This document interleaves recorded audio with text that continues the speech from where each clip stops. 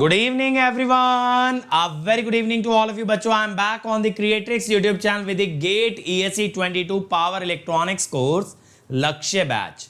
तो बेटा इस लक्ष्य बैच में आज हम लोग देखने वाले हैं ना साइक्लो कन्वर्टर. बहुत मजा आने वाला है. साइक्लो कन्वर्टर बहुत डिटेल में आप समझने वाले हो, बहुत अच्छे से सीखने वाले हो. और ये हमारा लास्ट लेक्चर होने वाला है इस कोर्स का, जिसमें कि मैंने आपको चारों तरह के कन्वर्टर करा दिए. AC to DC, DC to DC, DC to AC and now AC to AC. तो चलते हैं यार, आज की जर्नी शुरू करते हैं साइक्लो कन्वर्टर्स की. Let me start by introducing my self. My name is Ankit Goyal. I got all India rank 1 twice in GATE. In 2014 and 2018 I was awarded gold medal by President of India himself in the year 2013 when I graduated from IIT. Till date I have trained over 2 lakh students for GATE and ESE and I am currently working as a director at an academy for GATE department. अब मेरे बारे में ये सारी बातें maximum बच्चे जानते हैं, लेकिन बच्चों मैं कहता हूं सबसे इंपॉर्टेंट क्या है. इंपॉर्टेंट ये बात है कि जो हमारी अन अकेडमी टीम है, क्रिएट्रिक्स टीम है, that is the most hard working team. और यहाँ पे बेटा सबसे ज्यादा बच्चों के लिए इनिशिएटिव लाए जाते हैं. जैसे कि कल से इसी स्लॉट के अंदर नई सीरीज स्टार्ट हो रही है, रफ्तार सीरीज, जिसके अंदर हम लोग most important concepts for GATE cover करने वाले हैं. इस तरह के इनिशिएटिव आपको सिर्फ एक ही जगह मिलेंगे, that is the creatrix YouTube channel. और बेटा यहां पे सिर्फ आपको क्रिएट्रिक्स यूट्यूब चैनल पे ही इनिशिएटिव नहीं मिलते हैं, बल्कि अनअकैडमी ऐप पे भी मिलते हैं. इसीलिए मेरे बच्चों अनअकैडमी ऐप इंस्टॉल करके रखो and then access all the free initiatives simply by unlocking them using the code Ankit ESE. बहुत ईजी है, बस आपको अनलॉक करना है and then you can watch everything. और देखो यार, ये मेरी सारी स्पेशल क्लासेस का अड्डा है. अगर यहां पे आप जाओगे ना तो मेरी नई पुरानी सभी स्पेशल क्लासेस पाओगे. तो अपकमिंग में बेटा चेक कीजिएगा, अपकमिंग में आपको मिलेगा 11 AM पे मैं डेली स्पेशल क्लास लेता हूं. इसमें मैं मशीन्स के क्वेश्चन करा रहा हूं, तो मेरे साथ मशीन के क्वेश्चन प्रैक्टिस कीजिए. और बाकी भी जो मैंने पहले क्वेश्चन कराए हैं, लाइक PSU के कराए हैं, गेट के कुछ सब्जेक्टों के कराए हैं, गेट के कुछ सब्जेक्ट के PYQs पूरे सॉल्व कराए हैं, गेट के प्रैक्टिस सेशन, मैराथन, सब कुछ आपको यहां मिलेगा. तो बेटा कंटेंट का भंडार है ये लिंक जरूर डेली बेसिस पे विजिट किया करो. अदर देन दिस बेटा, अगर आपको अनअकैडमी ज्वाइन करना है तो आज चल रहा है स्पेशल प्राइज वीक और आज इसका लास्ट डे है. अभी से देखो, अगर हम देखें तो 6 घंटे बचे हैं बेटा. सिर्फ आपके पास 6 आवर्स हैं टू ज्वाइन दिस बैच. और यहां पे मैं आपको बता दूं, मैं नया क्रैश कोर्स लेके आ रहा हूं. In that crash course I will be teaching 10 subjects. तो 10 सब्जेक्ट कराने वाला हूं मेरे साथ. अगर आपको ये सब पढ़ना है तो जल्दी से जल्दी ज्वाइन करो ताकि ये सब कुछ मिस ना हो जाए. तो बेटा आज अगर ज्वाइन करोगे ना तो आपको 19% डिस्काउंट मिलेगा. और आप जानते हो कोड कौन सा यूज करना है, आप सभी का अपना कोड बेटा, दैट इज अंकित ESE. ठीक है, ये कोड आपको लगाना है और अनअकैडमी में जुड़ जाना है. ठीक है भाई, चलो तो शुरू करते हैं आज का सेशन भाई. साइक्लो कन्वर्टर हम लोग स्टार्ट करते हैं. सर ये साइक्लो कन्वर्टर चीज क्या है बेटा? देखो, जैसे हमने AC वोल्टेज रेगुलेटर पढ़ा था. AC वोल्टेज रेगुलेटर क्या करता है, वो एक फिक्स्ड AC लेता है और वेरिएबल AC में देता है. लेकिन वो वेरिएबल किस फॉर्म में बनाता है? वो वोल्टेज को वेरी करता है, वो कभी भी फ्रीक्वेंसी को वेरी नहीं करेगा. लेकिन बेटा पता है यहां पे क्या फायदा है? यहां आप वोल्टेज तो छोड़ो, आप फ्रीक्वेंसी भी बदल सकते हो. तो यहां पे साइक्लो कन्वर्टर क्या करता है मेरे बच्चों? अगर हम साइक्लो कन्वर्टर लेते हैं,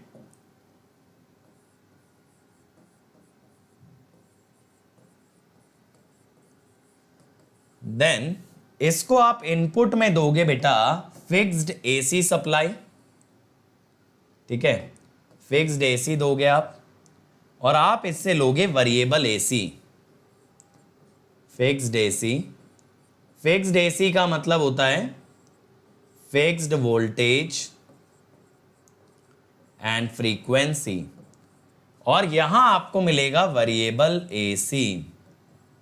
ठीक है, that is variable voltage and frequency, ये मिलेगा.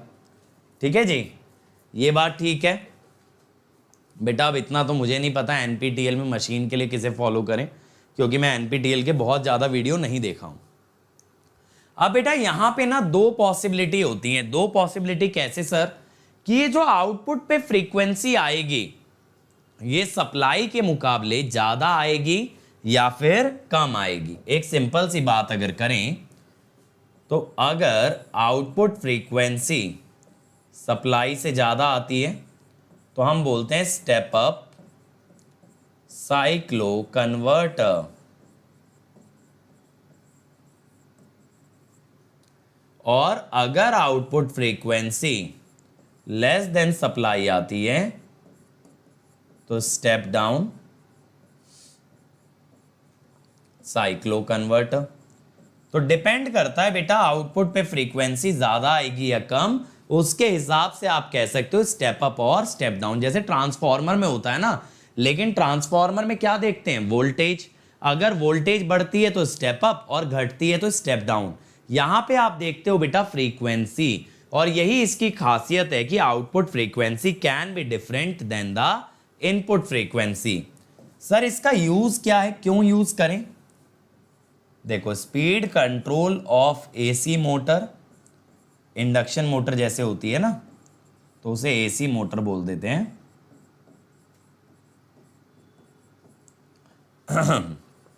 फिर इंडक्शन हीटिंग, इंडक्शन हीटिंग में भी इसका यूज कर सकते हो। वही जो एसी वोल्टेज रेगुलेटर वाली एप्लीकेशंस है। इसका स्टैटिक वीएआर कंपेंसेशन है ना, यानी रिएक्टिव पावर कंपेंसेटर की तरह यूज किया जा सकता है। तो ये सारे एप्लीकेशन बेटा इसके भी होते हैं जो एसी वोल्टेज रेगुलेटर के थे for the case of a cyclo converter. ये सब कुछ साइक्लो कन्वर्टर में भी आता है। बात क्लियर हो गई? बात समझ में आई भाई साइक्लो कन्वर्टर क्या चीज है? अब देखो सबसे पहले मैं बात करता हूं single phase to single phase cyclo converter. ठीक है, आपका थर्ड सेमेस्टर बेकार हो गया है बेटा। कर सकते हो साहिल, इंजीनियरिंग के अंदर एक ना एक बार तो बेटा डाउन आता ही है, इसमें डरने वाली कोई बात नहीं, परेशान होने वाली बात नहीं है।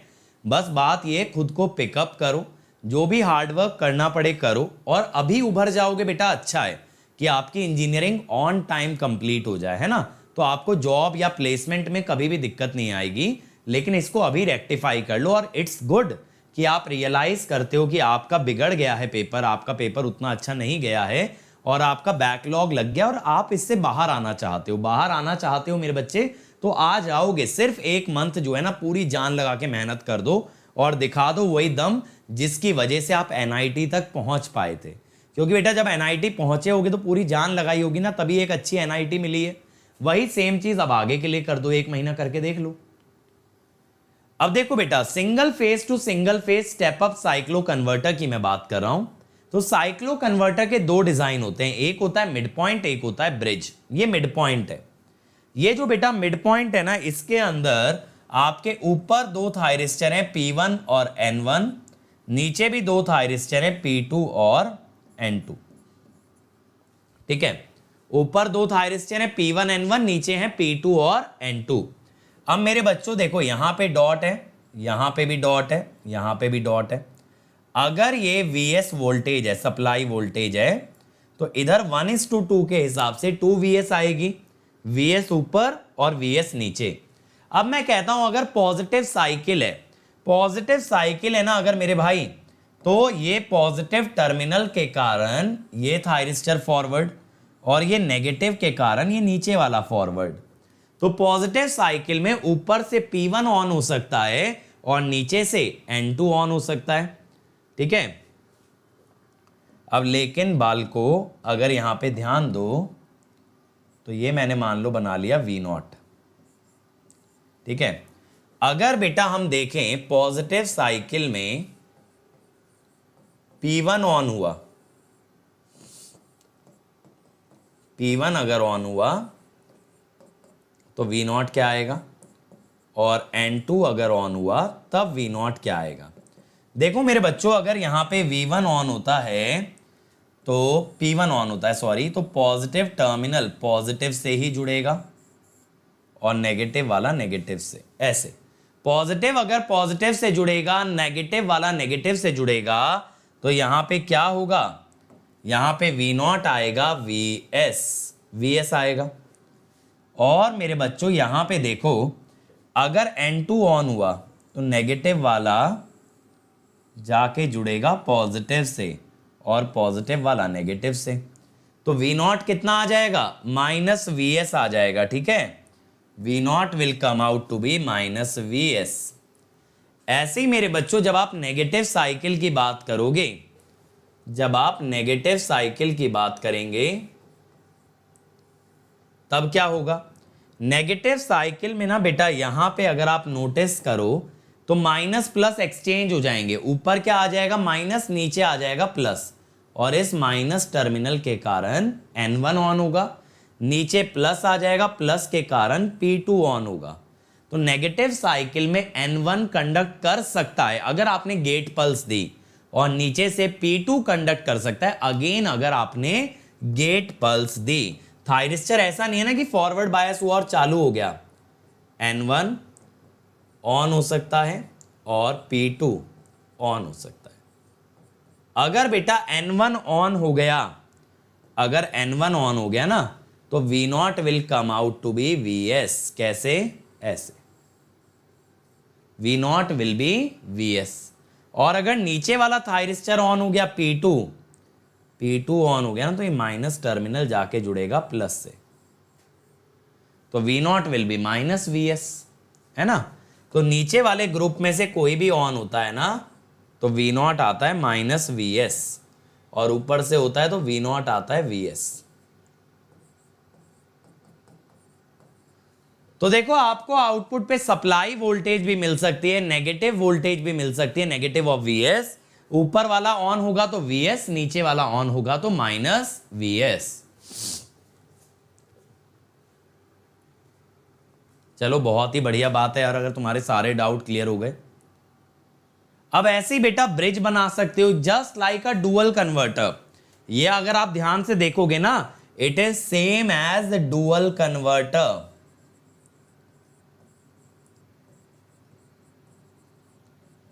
अगर आप देखो single phase to single phase bridge cyclo converter, ये डुअल कन्वर्टर जैसा है।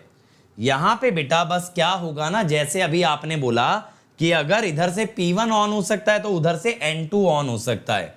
तो यहां पे क्या होता है ना, ब्रिज वाले में पॉजिटिव साइकिल में सिर्फ P1 ऑन नहीं होता, पॉजिटिव साइकिल में इधर से P1 P2 ऑन होते हैं, एक समय पे दो कंडक्ट करते हैं, तो V0 आता है VS। उधर से कौन कंडक्ट करेगा पॉजिटिव साइकिल में, देखो ये प्लस ये माइनस। अगर आप ध्यान से देखोगे तो पॉजिटिव साइकिल में उधर से कौन कंडक्ट करेगा, पॉजिटिव टर्मिनल आया ना, इधर से N1 कंडक्ट करेगा, करेक्ट, N1 कंडक्ट करेगा। अगर N1 कंडक्ट करेगा तो N1 और N2 ऑन होंगे, इससे V0 बनेगा -VS। समझे, बस इतना फर्क है, एक कन्वर्टर में एक नहीं एक समय पे दो थायरिस्टर कंडक्ट करते हैं।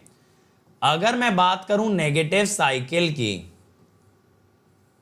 नेगेटिव साइकिल में बेटा अगर आपके P3 P4 ऑन होते हैं तो V0 आएगा -VS, और अगर N3 N4 ऑन होते हैं तो V0 आएगा VS। बस इतना ही फर्क है बेटा ब्रिज और मिड पॉइंट वाले में, कि यहां पे एक समय पे दो डिवाइस कंडक्ट करेंगी और वहां पे एक ही डिवाइस करेगी। और इसको ना रेक्टिफायर की तरह ही सोचो बेटा, मिड पॉइंट रेक्टिफायर और ब्रिज रेक्टिफायर में क्या डिफरेंस था कि ब्रिज रेक्टिफायर में एक समय पे दो थायरिस्टर चलते थे, मिड पॉइंट में एक थायरिस्टर चलता था। लेकिन मिड पॉइंट में नुकसान क्या होता था, पीक इनवर्स वोल्टेज आती थी 2 VM, जिसके कारण मुझे ज्यादा रेटिंग की डिवाइस लेनी पड़ती थी, जिसके कारण मेरी डिवाइस का कॉस्ट बढ़ जाया करता था।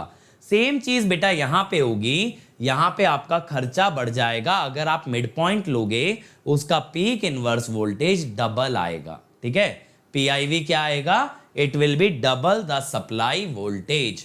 इसी के लिए ब्रिज की तरफ जाते हैं, यहां डिवाइसेस तो ज्यादा लगती हैं लेकिन यहां PIV गिर जाता है। यहां ट्रांसफॉर्मर की रिक्वायरमेंट नहीं होती है। तो ब्रिज के अंदर दो फायदे होते हैं, दैट PIV इज VM, और दूसरा फायदा centre tapped transformer is not required,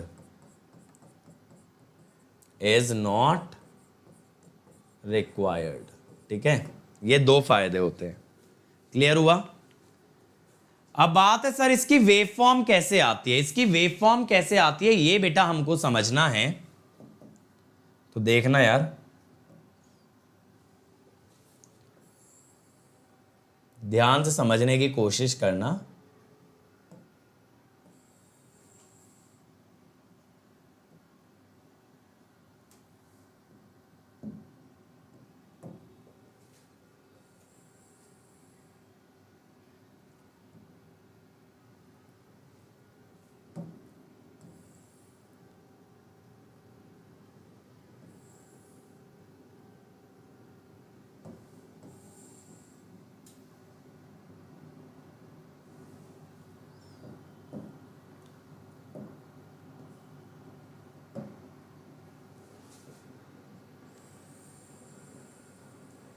देखो बेटा, ये आपका सप्लाई है, ठीक है, और ये नेगेटिव ऑफ सप्लाई है। एक आपका सप्लाई है और एक आपका नेगेटिव ऑफ सप्लाई है। अब देखो मैं यहां पे क्या करता हूं मेरे बच्चों, मैं यहां पे क्या करता हूं, ध्यान से सुनना मेरी बात। मुझे ना फ्रीक्वेंसी स्टेप अप करनी है, तो मैं ना ये कहता हूं ना, मुझे ना 3 गुना फ्रीक्वेंसी चाहिए। 3 गुना फ्रीक्वेंसी का मतलब है सप्लाई की एक हाफ साइकिल में आउटपुट की 3 हाफ साइकिल आनी चाहिए। अब अगर आप ये सोच रहे हो कि सर परफेक्ट AC आएगा क्या, तो आप घोंचू हो। परफेक्ट AC तो कभी आ ही नहीं सकता। सोचने वाली बात है। पावर इलेक्ट्रॉनिक्स का एक ही तो ड्रॉबैक है बेटा, अगर वो हट जाता तो क्या बात थी। पावर इलेक्ट्रॉनिक्स का क्या ड्रॉबैक है कि सर पावर इलेक्ट्रॉनिक्स जो है ना, वो कभी भी परफेक्ट वेवफॉर्म नहीं देता, वो हमेशा क्या देता है, हार्मोनिक। अब देखो बेटा, सबसे पहले पॉजिटिव साइकिल की बात करते हैं। मैं कहता हूं अगर मेरा P1 ऑन है तो V0 will come out to be Vs। फिर मैंने ना N1 को ऑन कर दिया, सॉरी N1 नहीं N2, तो माइनस Vs आ गया। फिर मैंने P2 को सॉरी P1 को फिर से ऑन कर दिया, फिर से Vs आ गया। अब नेगेटिव हाफ साइकिल में देखो, यहां से देखना, पहले पॉजिटिव साइकिल की अगर बात करें, P1 ऑन होगा तो Vs, N2 ऑन होगा तो माइनस Vs। तो देखो मैं यहां पे क्या कर रहा हूं, अगर P1 ऑन किया तो Vs वाला ग्राफ आ रहा है, N2 अगर ऑन किया तो नीचे वाला ग्राफ आ रहा है, ठीक है। फिर P1 ऑन किया तो फिर से Vs आ रहा है। अब नेगेटिव साइकिल में 2 कंडक्ट कर सकते हैं, N1 कर सकता है और P2 कर सकता है। अगर P2 कंडक्ट करेगा तो माइनस Vs वाला आएगा, N1 कंडक्ट करेगा तो प्लस Vs वाला आएगा। तो यहां पे मैं N1 को कंडक्ट कराता हूं, ये आया। फिर P1 को कंडक्ट कराऊंगा, सॉरी P2 को, तो माइनस Vs। फिर N1 को कंडक्ट कराएंगे, फिर से Vs। ये देखो, अब समझ आया मिरर इमेज क्यों कंसीडर कर रहे हैं। मुझे दोनों ग्राफ बनाने हैं ना बेटा।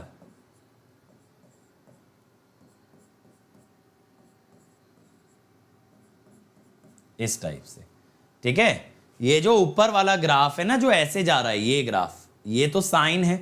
ये साइन की मिरर इमेज क्यों है, क्योंकि मुझे Vs के साथ साथ माइनस Vs भी बनाना पड़ सकता है। तो यहां पे Vs, यहां पे माइनस Vs, यहां पे Vs माइनस Vs, फिर Vs, सॉरी ये Vs होगा plus Vs minus Vs plus Vs। अब ये कहीं से कहीं तक भी बेटा परफेक्ट साइनोसॉइड तो नहीं है, ये कहीं से कहीं तक भी परफेक्ट साइनोसॉइड तो नहीं है, बट हां यहां पे आपका जो फ्रीक्वेंसी आ रहा है that is 3 times the supply frequency. आप यहां पे ये चीज जरूर कह सकते हो दैट F0 इज 3Fs। सही बात है, F0 3Fs आ रहा है। क्लियर हुआ ना यहां तक सब लोगों को? चलो भाई, अब इसके बाद बेटा आते हैं स्टेप डाउन साइक्लो कन्वर्टर पे। आपने ये तो देख लिया साइक्लो कन्वर्टर कैसे ऑपरेट करता है, पॉजिटिव साइकिल में कौन हो सकता है, नेगेटिव में कौन हो सकता है। और एक बात मैं और बता दूं, in bridge cyclo converter, in bridge cyclo converter instead of 1 2 SCRs will conduct simultaneously। ठीक है ना, 2 SCR एक साथ कंडक्ट करेंगे। क्लियर?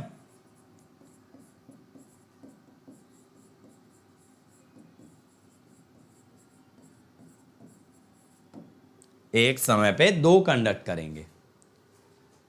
अब आते हैं भाई discontinuous operation of a step down type of a cyclo converter. Step down का क्या मतलब है? अब की बार बेटा मुझे जो है ना आउटपुट पे सप्लाई से कम फ्रीक्वेंसी चाहिए। ठीक है, आउटपुट पे I need frequency less than the supply.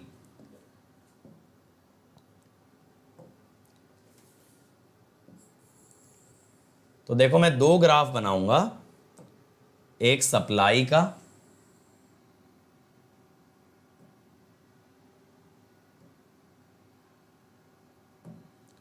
और एक आउटपुट का।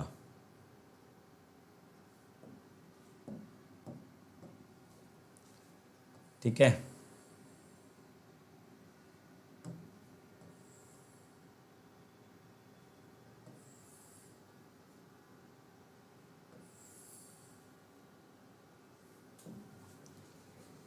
देखो स्टेप डाउन करना है ना तो यहां पे बहुत सारी साइकिल बनानी पड़ेंगी। ये 1 साइकिल हो गई, 1.5 साइकिल, 2 साइकिल,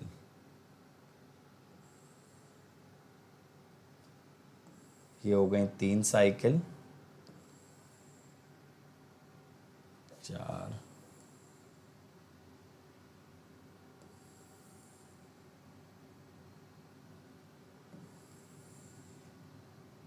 चलो मैंने 5 साइकिल के जितना इनपुट के लिए जगह ले ली। यहां पे देखो ये सप्लाई आ जाएगी बेटा,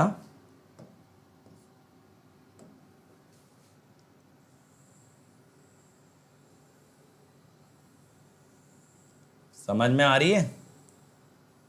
अब की बार आउटपुट पे फ्रीक्वेंसी कम चाहिए ना, तो सप्लाई पे ज्यादा लिए, क्योंकि सप्लाई की मल्टीपल साइकिल आउटपुट की 1 साइकिल में आनी चाहिए, इसलिए मैंने सप्लाई हाई फ्रीक्वेंसी ली है। ठीक है, ये मेरी सप्लाई आ गई भाई, यहां तक क्लियर है सबको? हाँ, आउटपुट का एवरेज 0 आएगा बेटा, इस मामले में कोई डीसी कंपोनेंट नहीं होगा, लेकिन हाँ हार्मोनिक जरूर होंगे। ये सप्लाई आ गई। अब बेटा मैं यहां पे क्या कर सकता हूं, मेरी बात को समझने की कोशिश करना।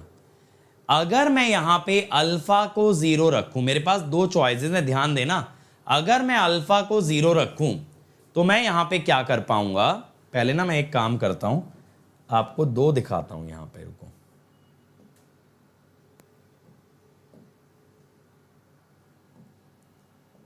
हाँ, अगर मैं अल्फा को 0 रखूं बेटा, तो मेरी बात पे गौर करिएगा, हम लोग क्या कर सकते हैं, यानी फायरिंग एंगल में कुछ भी नहीं ले रहा, जो फॉरवर्ड बायस हो भैया कंडक्ट कर ले, जो फॉरवर्ड बायस हो वो कंडक्ट कर ले। अब मुझे ना मान लो यहां पे ये चाहिए कि आउटपुट की फ्रीक्वेंसी सप्लाई से 1/3 हो जाए। क्या चाहिए? Output frequency should be 1/3 of the supply frequency. अगर मैं ऐसा चाहता हूं तो आउटपुट की 1 हाफ साइकिल में सप्लाई की 3 हाफ साइकिल आनी चाहिए। In 1 half cycle of input, 1 half cycle of output, there must be 3 half cycle of the input। अब कैसे करें सर ऐसा? देखो मैं ये कहता हूं, अगर मुझे ऐसा वेवफॉर्म में बना लूं, ध्यान से देखना,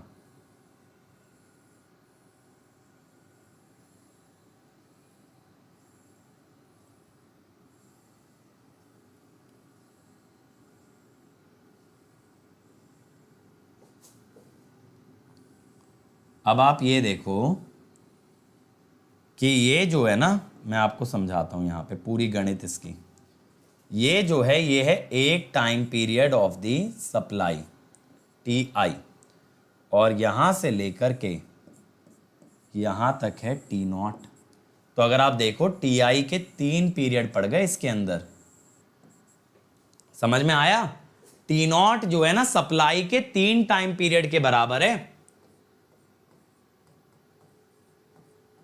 क्लियर हुई ये बात? T naught is 3 ti।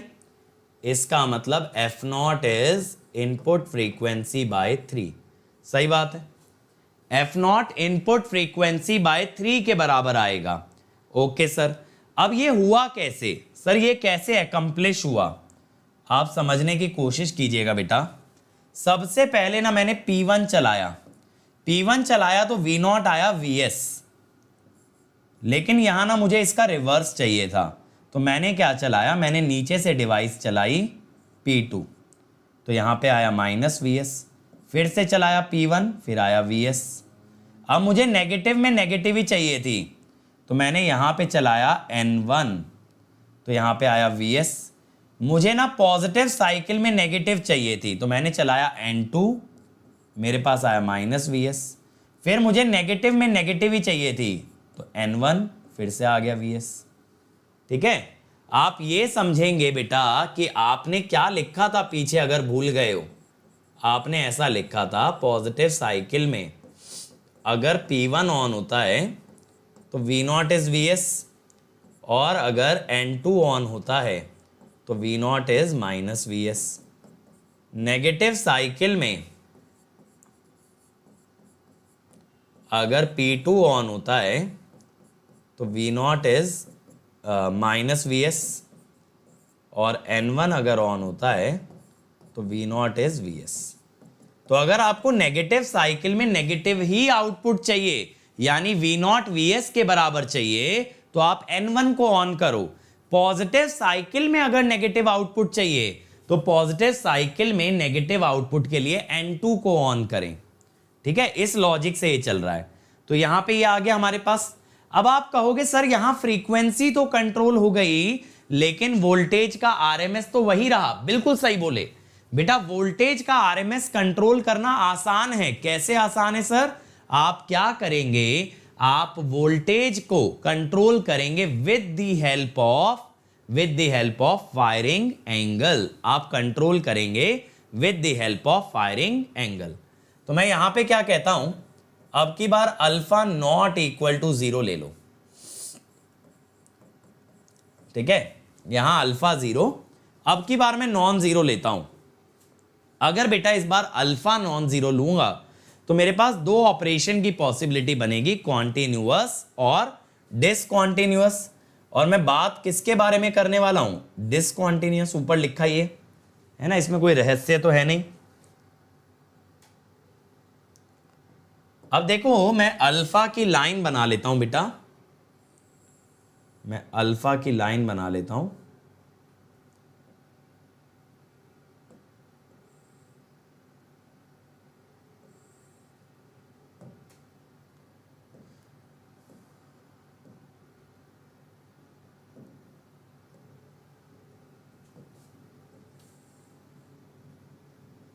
ठीक है, ये मैं ना आपको अल्फा की लाइन दिखा रहा हूं।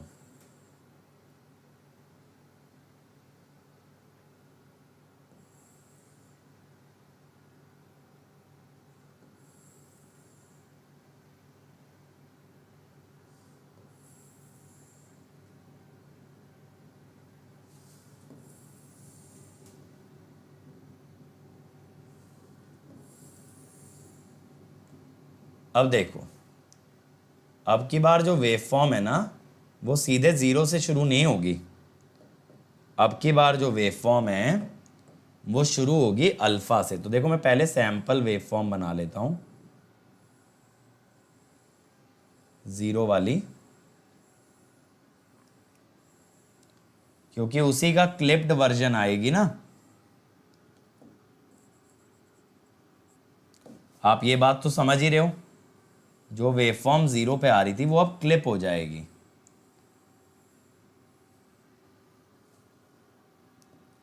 अब बच्चे जो आपकी वेवफॉर्म बनेगी ना वो ऐसे बनेगी। देखो अल्फा से शुरू होगी थोड़ा आगे तक जाएगी, डिसकॉन्टिन्यूअस है ना, फिर थोड़ा आगे से शुरू होगी। अभी मैं आपको जूम करके दिखाता हूँ। फिर थोड़ा आगे तक जाएगी, फिर ज़ीरो, फिर शुरू होगी, फिर तनिक आगे तक जाएगी, फिर नेगेटिव में।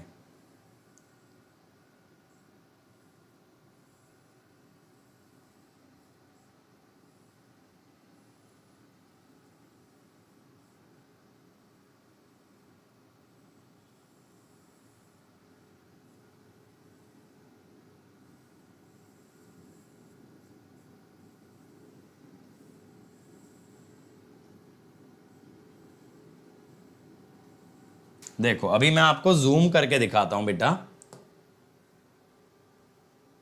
देखना जरा, ये देखो अब नजर आ रहा है क्या हो रहा है, क्या हो रहा है। देखो ग्राफ जो है ना जीरो से शुरू नहीं हुआ, अल्फा से शुरू हुआ, इसको फॉलो किया, कहां तक फॉलो करेगा बेटा, बीटा तक फॉलो करेगा, उसके बाद रहेगा जीरो, फिर अगली वेव फॉर्म पे जाएगा।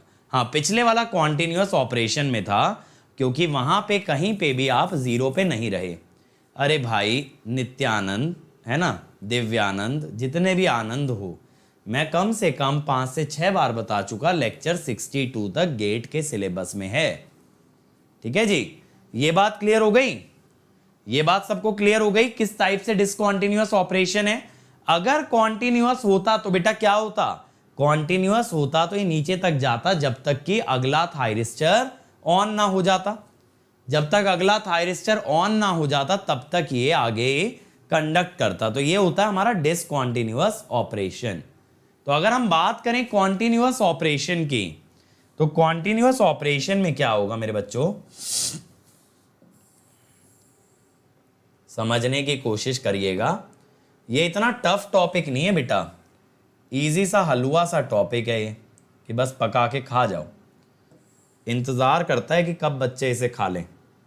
अब बच्चे डरते डरते खुद ही पास नहीं आते। बच्चों को लगता है जाने कितना भयंकर टॉपिक है, भयानक है ये। तो ऐसा ना सोचें, अगर आप बेटा लाइफ में किसी भी चीज़ को टाइम दोगे ना तो आप उसको मास्टर कर सकते हो, not a big deal. Power electronics के अंदर ना इतने ज़्यादा टॉपिक इसलिए हो जाते हैं, रिसर्च ओरिएंटेड सब्जेक्ट है, अभी भी डिवाइसेस सर्किट बन ही रहे हैं, तो इन्होंने बहुत कुछ बना डाला। जैसे ही पावर इलेक्ट्रॉनिक्स की खोज हुई, इतने सर्किट इतने कन्वर्टर बना डाले कहने को नहीं। तो बस इन्होंने बना डाले, बुक्स ने लिख डाले, और पढ़ने बच्चे को पढ़ रहे हैं, है ना, मजबूर तो तुम ही हो। चलो अब देखो, सबसे पहले मैं क्या करता हूं, सबसे पहले तो मैं सप्लाई की वेवफॉर्म बनाता हूं।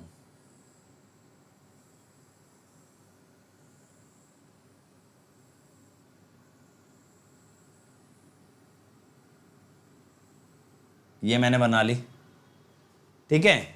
इस बार मैं अल्फा नॉन जीरो लूंगा बेटा, लेकिन साथ साथ ये भी ध्यान रखना, अल्फा नॉन जीरो लेने के साथ साथ मैं कॉन्टिन्यूअस ऑपरेशन के बारे में बात करूंगा। बट इससे पहले मैं अल्फा की लाइंस ड्रॉ करूं, मैं यहां पे ना सैंपल वेवफॉर्म बना लेता हूं। एक्चुअल में मुझे क्या चाहिए, जो कि अल्फा जीरो पे आती, ठीक है, ये वेवफॉर्म मेरी अल्फा जीरो पे बनती। क्लियर है। ये वेवफॉर्म मैं डार्क कलर में इसलिए बनाता हूं ताकि ये दिखे ना, इसके ऊपर बनाऊंगा ना फिर दूसरी वेवफॉर्म, तो ये अल्फा जीरो पे आती। अब हम क्या करेंगे बेटा, यहां पे अल्फा ले लेंगे, अल्फा ले लेंगे,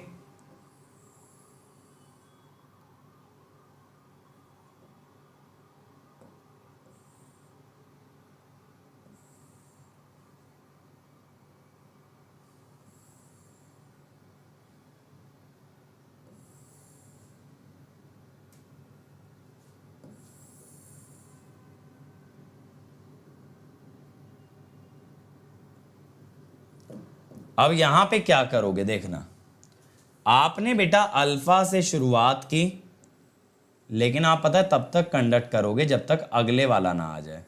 फिर अगला आ गया रेक्टिफायर टाइप से, फिर अगला आ गया,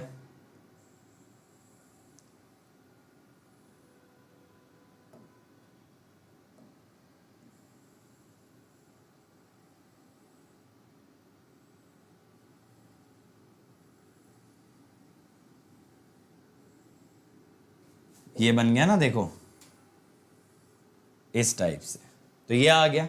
तो ये हो गया आपका कॉन्टिन्यूअस कंडक्शन। समझ में आई बात? ये आपका हो गया बेटा कॉन्टिन्यूअस कंडक्शन, इस टाइप से चलता रहेगा। तो यहां पे दो ऑपरेशन पॉसिबल है, one is the continuous, other one is your discontinuous. और हर एक केस में मैंने वेवफॉर्म कुछ इस हिसाब से डिजाइन की है, that F naught is F S by 3। तो ये स्टेप डाउन हो गया, ठीक है।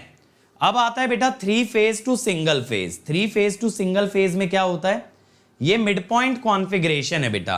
यहां पे एक तरह से ये सोचो, ये एक डुअल कन्वर्टर है। कैसे? ये it is similar to circulating current type dual converter, कि दोनों तरफ ना एक एक आपका इन्वर्टर लग गया है, सॉरी एक एक रेक्टिफायर लग गया है, और बीच में इंडक्टर के थ्रू आपने लोड लगा दिया है। ये जस्ट एक डुअल कन्वर्टर की तरह है, जिसके अंदर की आप दो थ्री फेज रेक्टिफायर लगा रहे हो, ठीक है। ये circulating current type dual converter की तरह है, और यहां पे आपने क्या किया है, एक three phase half wave rectifier लगाया, एक और three phase half wave rectifier लगाया। अब लेकिन एक का आउटपुट पॉजिटिव होगा, एक का आउटपुट नेगेटिव होगा। ये दोनों किसकी तरह काम कर रहे हैं? ये दोनों काम कर रहे हैं three phase half wave rectifier की तरह। एक का आउटपुट लेकिन पॉजिटिव और एक का आउटपुट नेगेटिव, तो आप बारी बारी से दोनों को चलाओगे, इसका आउटपुट पॉजिटिव आएगा और इसका आएगा नेगेटिव। तो बारी बारी से दोनों को चलाओगे तो एसी मिल जाएगा, करेक्ट है। यहां पे आपको एसी मिल जाएगा। लेकिन इसके अंदर कितने थायरिस्टर यूज हुए भाई? 6 SCR। अगर बेटा यही ब्रिज यूज करते, अगर ब्रिज साइक्लो कन्वर्टर होता, तो आपको three phase full wave rectifier लगते, है ना। अब उसमें 6 आते लेफ्ट में और 6 आते राइट में, तो कितने SCR लगते? दुगने लगते। तो यहां पे 12 SCR आर रिक्वायर्ड अगर ब्रिज में जाते। और थ्री फेज से थ्री फेज अगर बनाओगे बेटा, बहुत इजी है। जैसे थ्री फेज से सिंगल फेज बनाया, ऐसे 3 कन्वर्टर ले लो। थ्री फेज से सिंगल फेज जैसे बना रहे थे ना, ऐसे 3 कन्वर्टर ले लो। क्या बन जाएगा? Three phase to three phase, है ना। हम क्या बोल रहे हैं? Three phase to single phase cyclo converter are used, क्योंकि आउटपुट में भी आपको 3 फेजेस बनाने हैं ना। यानी मिड पॉइंट वाले में कितने लगेंगे? अगर एक थ्री फेज से सिंगल फेज में 6 लगते हैं तो 18 SCR, और ब्रिज वाले में 12 लगते हैं, तो ऐसे अगर 3 यूज करोगे तो कितने लगेंगे? 36 SCR। बस यही चीजें आपको इसके अंदर पता होनी चाहिए बेटा। साइक्लो कन्वर्टर में इस पे न्यूमेरिकल बनने का चांस ना एकदम ना के बराबर है। इस पे न्यूमेरिकल नहीं बनता, इस पे थ्योरी क्वेश्चन ही पूछा जाता है मैक्सिमम एग्जाम्स के अंदर। चलो जरा क्वेश्चन देखें। A cyclo converter is a, क्या है? 1 stage power converter, 1 stage voltage converter, 1 stage frequency converter, none of the mentioned. क्या है बताओ भाई? Three phase a cyclo converter is a, बोलो भाई जल्दी से, फटाफट मुझे इसका आंसर चाहिए, जल्दी से सोच के बताइए।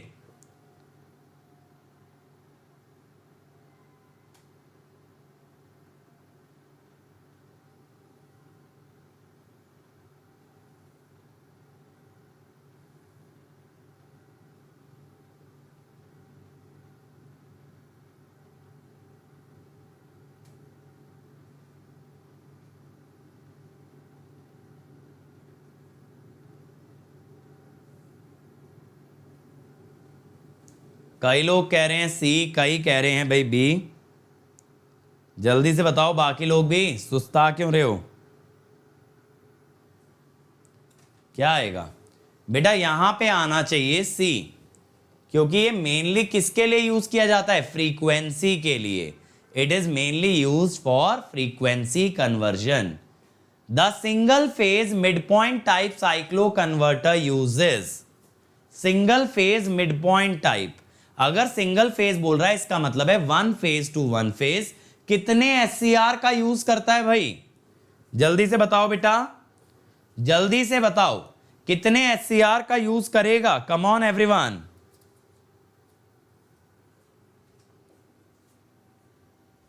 How many SCR will be use बेटा? Come on come on come on everybody. First वाला जो देखे थे बेटा मिड पॉइंट वाला, आंसर आएगा 4। मिड पॉइंट में याद नहीं है P1 N1 और P2 N2, दो ही 4 ही तो लग रहे थे, दो ऊपर दो नीचे। The principle of three phase cyclo converter is to, बताओ। The principle of three phase cyclo converter is to क्या है? Add and remove the number of SCR, vary progressively the firing angle of the devices, keep the firing angle as 0 for all the devices। क्या होगा three phase cyclo converter में? Sir please don't this power electronics course. बेटा इतनी खतरनाक English काहे लिख रहे हो? हिंदी में लिख लो, कोर्स तो ये हिंदी में ही है। क्या आएगा यहां पे? आएगा बी। फायरिंग एंगल बदलना पड़ेगा ना, एक फेज के लिए अगर 0 डिग्री लोगे, अगले वाले के लिए 120, तीसरे वाले के लिए 240, समझ रहे हो? तभी तो आपके पास थ्री फेज आउटपुट बनेगा। अगर सबका फायरिंग एंगल सेम लोगे तो three phase to single phase आएगा। बेटा स्टॉप कहां कर रहा हूं, मेजॉरिटी ऑफ कोर्स तो करा दिया गेट ईएसई का, घटिया घटिया से टॉपिक रह गए, रेजोनेंट कन्वर्टर और ड्राइव्स। अब बच्चे आ नहीं रहे तो बेटर है कि कुछ ऐसा कराऊं जिससे गेट ईएसई दोनों में फायदा होगा, तो इसीलिए कल से नई सीरीज ला रहा हूं। ऐसा नहीं है कि तुम्हारा सिलेबस नहीं हुआ, मेजॉरिटी मतलब ये मान के चलो 90% पावर इलेक्ट्रॉनिक्स के क्वेश्चन इवन इंजीनियरिंग सर्विसेज में इसके बाहर नहीं आएंगे जितना मैंने करा दिया। ठीक है, अब इंजीनियरिंग सर्विसेज के लिए बेटा ड्राइव अलग से पढ़ाऊं, 4-5 लेक्चर उसमें लग जाएंगे, रेजोनेंट कन्वर्टर में 2-3 लग जाएंगे, 8 लेक्चर लूंगा और उसमें कुछ खास तुम ना तो सीखोगे और ना ही एग्जाम के अंदर इतना बल्कि कोर्स लेके जा पाओगे, कोई फायदा नहीं होगा। बताओ भाई, in a three phase half wave cyclo converter both inverting and converting action takes place, only converting action takes place। Dual converter की तरह है ना, तो इन्वर्जन नहीं होता, सिर्फ कन्वर्जन होता है, इन्वर्जन नहीं होता। ठीक है, चलो। In a three phase cyclo converter the reduction factor is given by, reduction factor के बारे में बताओ भाई, रिडक्शन फैक्टर क्या होता है? ठीक है, जल्दी से बताओ।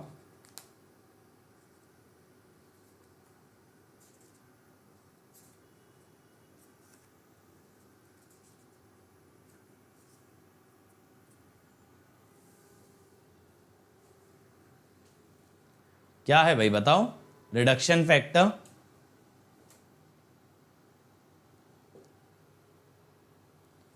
सौम्या कह रहे हैं C, input by output frequency to the power -12।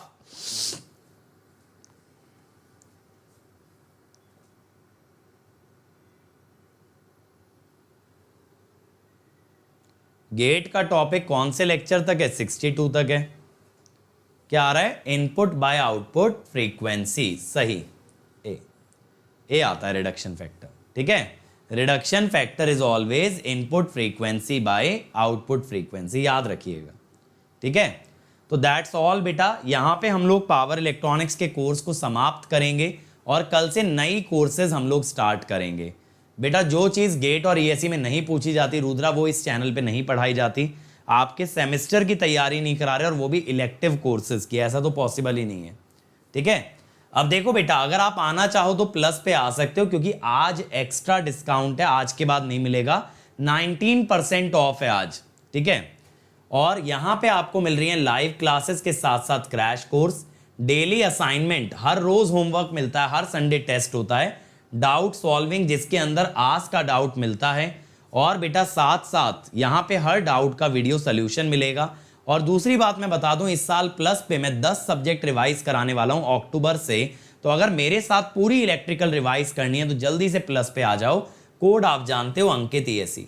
और जिन बच्चों को और ऊंची उड़ान भरनी है वो आइकॉनिक के लिए जाएं, वहां ये सबके साथ मिलता है पर्सनल कोच, जो पूरा स्टडी प्लानर बनवाता है। टीचर्स आपको गाइड करते हैं in the study booster session, test analysis मिलता है, study material, dedicated doubt instructor जिससे आप कॉल पे बात करके अपना डाउट आंसर करवा सकते हो। कोड सेम लगता है बेटा, इस कोड को ध्यान रखेंगे ताकि मेरे साथ कनेक्ट हो जाओ और हम मिलके तैयारी करें, ठीक है। और मैं आपको एक चीज़ और बता दूं बेटा, प्लस वाले बच्चे तैयारी में ज़्यादा सीरियस होते हैं, तो अगर आप यूट्यूब पे पढ़ रहे हो और अंधों में काना राजा बन भी जाते हो तो कोई फ़ायदा नहीं। और मैं कहता हूं बेटा ज्वाइन करना है तो 2 साल का ज्वाइन करें, क्योंकि 2 साल में ना आप अपने कंसेप्ट को फंडामेंटल से एडवांस तक एकदम तैयार करा सकते हो और यहाँ पे फिर आप बहुत अच्छे से एग्जाम में मचा सकते हो, मल्टीपल एग्जाम क्रैक कर सकते हो। सॉरी बेटा मैं अपना पर्सनल नंबर शेयर नहीं करता हूँ, और दूसरी बात है PLC स्काडा का अभी कोई रिसेंट प्लान नहीं है, ठीक है। तो बेटा ये जो अमाउंट है भले ही ज़्यादा लग रहा है but it is an investment in your education. ऐसा सोच के आप इन्वेस्ट करें, इसका मल्टीपल टाइम्स आप डेफिनेटली अर्न कर सकते हो। और ये 2 ईयर आइकॉनिक में भी आपको बेनिफिट है बेटा। 2 ईयर आइकॉनिक में आपको क्या बेनिफिट है कि यहाँ पे अगर आप कोड लगाते हो ना अंकित ESE, तो आपको इमीडिएट डिस्काउंट मिलेगा। और साथ साथ बेटा 2 साल अगर आपके साथ कोई टॉपर काम करता है तो डेफिनेटली आपकी परफॉर्मेंस में बहुत ज़्यादा चेंज आएगा। और आज बेटा एक्स्ट्रा डिस्काउंट है, रात 12 बजे तक आपके पास 5 घंटे हैं, उसके बाद ये मौका चला जाएगा। फिर मत कहना सर कैसे भी करके अरेंज करा दो, नॉट पॉसिबल, पहले ही बता रहा हूँ, only 5 hours left. Other than that बेटा सब्सक्रिप्शन की फीस बढ़ने वाली है, इसीलिए मिनिमम प्राइस में ज्वाइन करें और अभी करें। यहाँ पे आस्क का डाउट फीचर आ चुका है, जहाँ पे आप अनलिमिटेड डाउट पूछ सकते हैं कभी भी कहीं से भी। हाई क्वालिटी वीडियो सोल्यूशन मिलेंगे, कोई क्वेश्चन अगर पहले पूछा जा चुका है तो एग्जैक्ट मैच मिलेगा, ठीक है। और आपको होमवर्क में भी असिस्टेंस प्रोवाइडेड रहेगा। साथ साथ बेटा यहाँ पे आप ये देखो, कल से मेरा पावर सिस्टम का सेकेंड पार्ट स्टार्ट हो रहा है, जिसमें फॉल्ट, स्टेबिलिटी और प्रोटेक्शन हम कवर करेंगे। ये 7 AM से 10:30 AM तक जाएगा, ठीक है। डेली 3 घंटे क्लास चलेगी, आपको डेली होमवर्क मिलेगा, हर संडे आपका टेस्ट होगा। बाकी ESE प्रीलिम्स का भी बेटा बैच C आ गया है नॉन टेक का, Arohan batch H for GATE 23, verve batch D again for GATE 2023। और लास्ट 10 ईयर्स के पेपर बेटा हमने रिलीज कर दिए हैं प्लेटफॉर्म पे टेस्ट की फॉर्म में, तो आप इनको अटेम्प्ट करके भी अपनी परफॉर्मेंस जज कर सकते हो। बाकी ये मेरी अनअकैडमी आईडी है अंकित 2047, यहाँ पे आप मुझे पर्सनल मैसेज कर सकते हो। और ये है टेलीग्राम जहाँ पे हम कराते हैं daily quizzes. So thank you everyone, like share subscribe जरूर करना और कमेंट करके बताना वीडियो कैसा लगा। So that's all from this power electronics course. अब कल से मिलेंगे रफ्तार सीरीज में एक नए इनिशिएटिव के साथ। Let's crack it.